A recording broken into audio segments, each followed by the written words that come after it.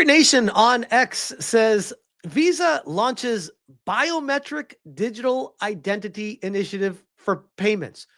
First thought, what could possibly go wrong? Quote unquote. Trusted digital identity is the next frontier for enabling secure commerce, says Daniel Sanford, Senior VP of Global Products and Initiatives at Visa. And this comes to us from the original story on Reclaim the Net. Visa launches biometric digital identity initiative for payments. A new layer of trust is being built into every swipe and click, where identity itself becomes the currency of security. This goes all the way back to the digital ID, using your face to accept payments. This is so scary. It's not even funny. People that are just very smooth brained do not understand the ramifications going down this road. And they're just like, what's the problem? Trust the government and yeah, just give your ID and your face to them. It's only could possibly be used for good purposes. It's not like they would coordinate an effort to be able to shut services down based off of what you look like in the future, or anything like that. That would be crazy. Biometric verification is becoming a defining feature of how payments are made as financial institutions work to link identity directly to every transaction. Reflecting that trend, Visa has partnered with Proof, a digital identity platform.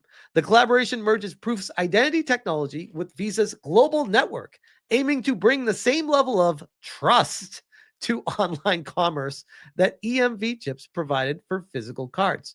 Trusted digital identity is the next frontier for enabling secure commerce.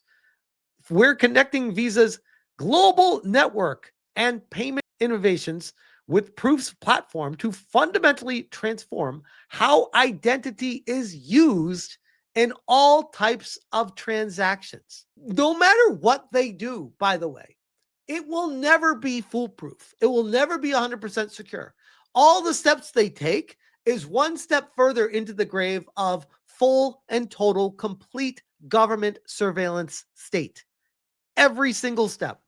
Proof system verifies users by combining biometrics, cryptographic signatures, and AI-driven fraud detection before a payment is processed. And I got to be honest, guys, the optimist in me looks at this as, hey, this is a good thing. It really is, because it prevents identity theft. It forces the ID of you to be for the purchase.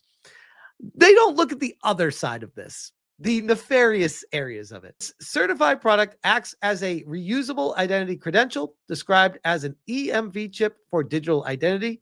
CEO and founder Pat Kinsel says Certified can stop deepfakes, impersonation, and account takeovers while supporting account recovery. And of course, they're only going to tell you the good things that it does because it's the CEO and founder of the organization. He adds that the cryptographic protections within Certify cannot be forged by generative AI.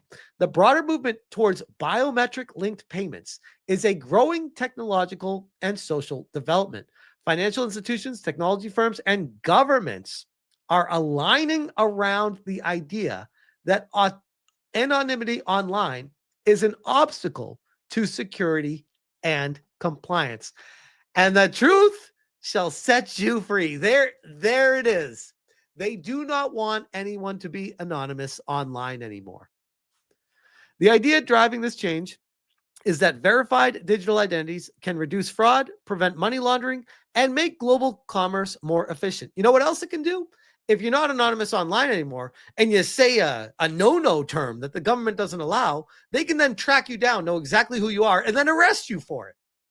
Oh, you think that's crazy? Have you not seen the UK? The same systems that provide convenience and protection also consolidate greater control over personal data. This change reaches beyond banking. Biometric and digital ID systems are being connected to healthcare access, air travel, and social media verification in some regions. And that's just the beginning, by the way. And that's scary enough on the surface.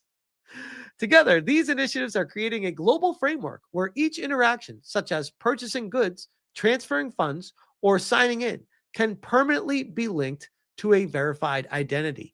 Guys, they want to get rid of cash so bad. They want to be able to track every dollar spent down to the last penny. to track and tax as much as possible.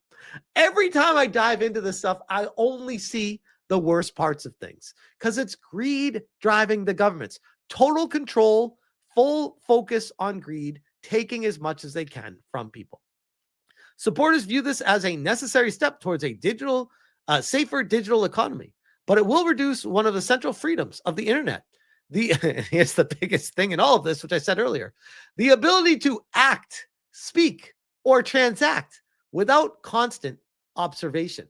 That right there is a pretty big deal. I don't know about you guys, but I got some serious concerns with that. And if you're wondering if I'm blowing this out of proportion, how about we just take a dive over into the UK? This is from Elon Musk retweeting Basil the Great today. Absolutely horrific call. A London woman calls in and cries her eyes out in desperation. We're not racist. We're petrified.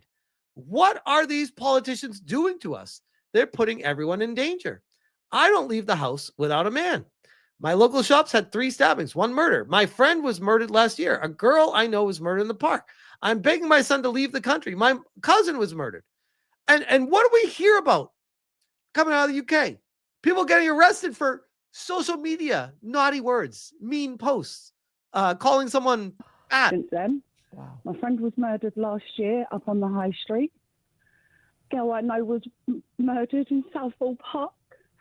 The government are failing us. I'm so scared for my children. I have a 22-year-old son, and I'm begging him to move out of the country. Oh my goodness, I feel for you.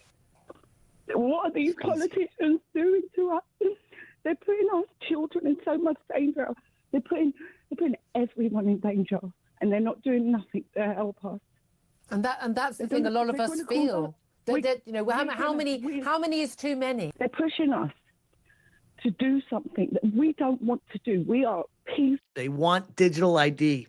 They want to scare everyone into submission to get digital ID. So they make the streets full of crime. They scare the shit out of everyone. And then they're like, hey, we can sell you a solution to that problem. Digital ID will make you safer.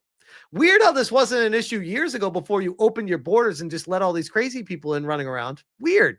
People, British people never vote against their government.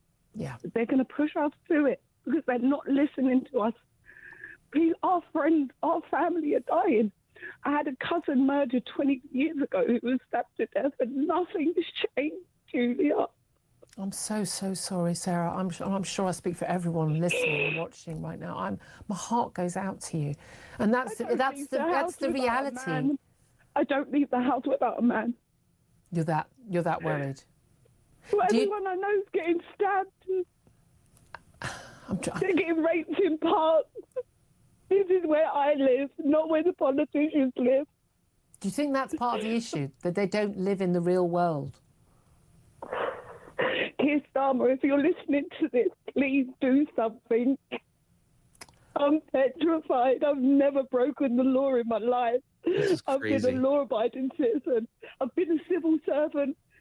Please do something. It's us that are dying on the streets. You talk about being racist. We're not racist. My sister's mixed race. Yeah. I was a white child brought up in a mixed race family. Even if you are racist, who fucking cares? Why are you being arrested for that? That's insane. Nothing to do with race. Exactly. It's to do with our safety. Sarah, I mean, 100%. We agree with you every single word. Right. I'm so sorry. I'm sending you a big hug over the ether, and I'm sure everyone else is. That's insane. I saw this post from Preston Byrnes. This is the lawyer that is currently in the lawsuit with Ofcom, defending 4chan and Kiwi Farms. He's also alongside my lawyer, Ron Coleman, who's representing me against Alyssa Mercante in her ridiculous, frivolous lawsuit. He said, I responded to Baroness Beeman Kidron's Substack post defending the Online Safety Act and saying the OSA's critics are a bunch of nupties who just don't understand it well enough. We'll see if she replies. He says, I got to disagree with you. I don't think America's and OSA opponents misunderstand the Online Safety Act and its free speech implications at all. In fact, I think OSA opponents understand the threat the Online Safety Act presents to free speech even better than you. I'm open to being corrected on this. Perhaps you'd care to explain why the first thing the UK did when OSA powers went live was to threaten US citizens with jail time for exercising their First Amendment rights. Docs are here if you're interested. Age Verification Providers Association says foreign operators have the option to cease to serve the UK market. If they continue, they must comply with UK laws or face the withdrawal of key business services such as payments. The act also includes duty to protect freedoms of expression. S22, the UK's digital First Amendment. Yeah, I bet. Packer girl. Sure about that? More proof it was never about protecting kids from porn. Under the UK Online Safety Act's age verification requirement, Twitter censored this Spike Online's new documentary about UK censorship online. Age-restricted content. And I saw this happening throughout all of X, where if anything was in the UK, it was age-restricted already. Like this direction of digital ID verification is a very scary road. And isn't it convenient that it's all happening together? World governments, we exposed in a previous video about how the UK and Australia and Brazil were all together and in meetings with Obama and trying to figure out how to circumvent the United States Constitution to do a nanny state and spy on people and take away their freedoms. Preston Byrnes followed up today. He said, the age verification industry trade group has entered the chat. They claim that Americans have to obey foreign laws that infringe on the First Amendment protected speech. Lol. No, we don't. We're under no obligation to surrender our rights so you can make more money. The AVPA has also hilariously tried to describe Section 22 of the Online Safety Act as the UK's digital First Amendment. First Amendment means you don't get arrested for your speech. In England, they threaten people with arrest for disobeying the speech regulator. Curious. Look how much we protect freedom of speech. Our statutory speech regulator can effectuate warrantless searches, tell companies their editorial decisions are bad, and order companies to host speech they disagree with. That's not how it works, kids. Also, Congress, take note.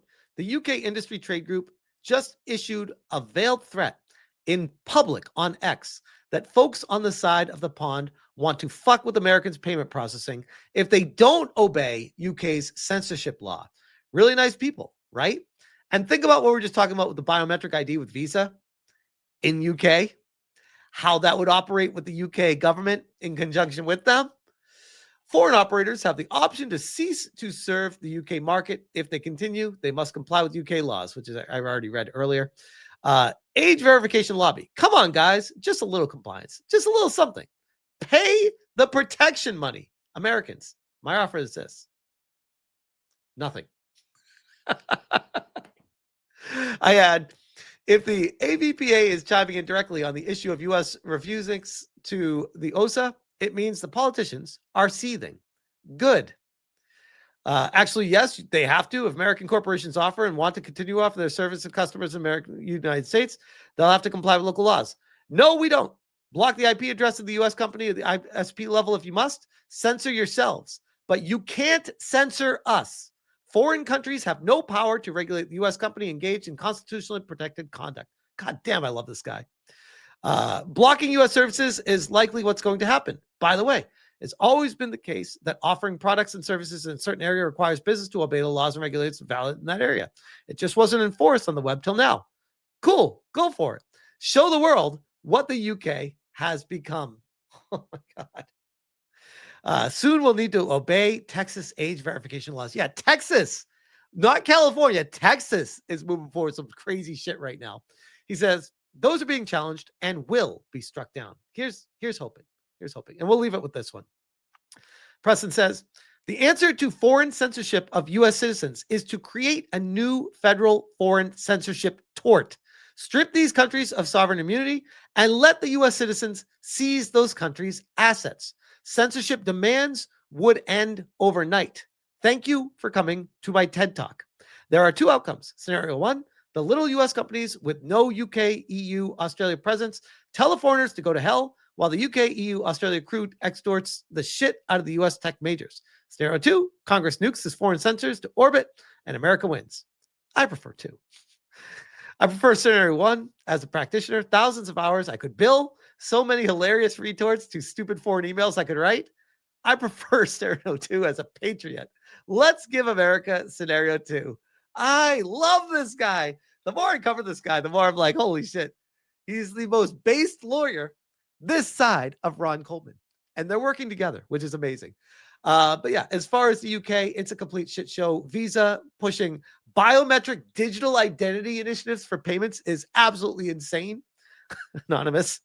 Cortana, if you only knew how bad things really are. None of this shit's secure. Still using cash. You know, when I bought my dresser for my daughter tonight, I paid cash and it felt amazing. I was like, damn, we still got it. Cash still works in this world. It felt weird to do a transaction with cash, but it happens. It still happens. These world governments want to remove that ability. They have no idea that I just bought a dresser. They would love to know I bought that dresser so they could tax me on that. They'd love to know. They'd be like, oh yeah, that's some of that's our money too, because reasons. Even though we already taxed you on that money from your paycheck, and we also already taxed the money previously, and we already taxed you for living, and we taxed you for your house too, but we still want to know about that dresser you bought too. We just want to keep taxing everything. That's the direction the world's going. And I feel like with this stuff, Visa is actually working hand in hand with the governments to give them more information to get there sooner. Everyone should be very afraid. But for now, I will leave that there.